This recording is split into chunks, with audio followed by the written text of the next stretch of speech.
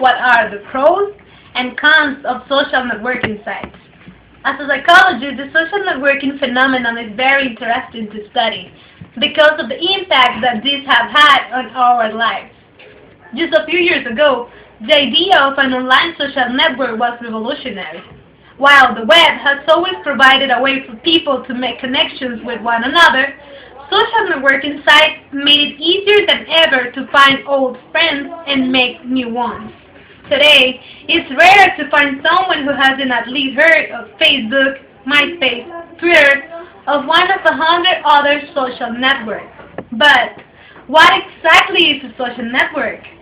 A social networking site is a website where individuals can set up an online profile, describing his or her interests, and add links to other profiles.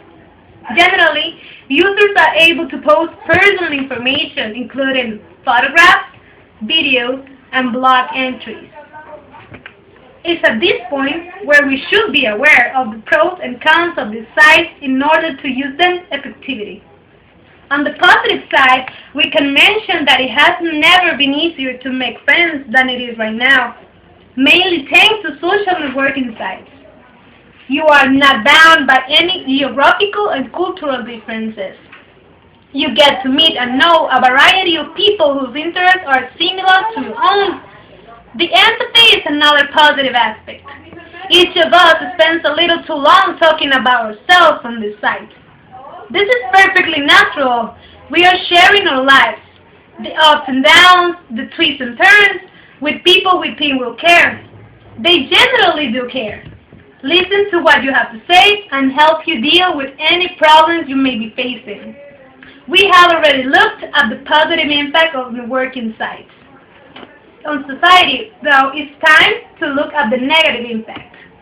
And I have to say that the problems that social networks can bring are quite serious, such as the risk that teenagers have of being solicited by pedophiles because they post too much information on their sites, the reduction on real human contact. The more time you spend on the social media sites, the less time you will spend socializing in person with others. And for the students, they get low grades, they lose reading skills and motivation. As a conclusion, I have to say that as with most things in life, there are positive and negative sides to social networking. My ultimate belief is that when done in moderation, with checks and balances, and with a firm grasp on reality, social networking sites are neither evil or a godsend. They are somewhere in between.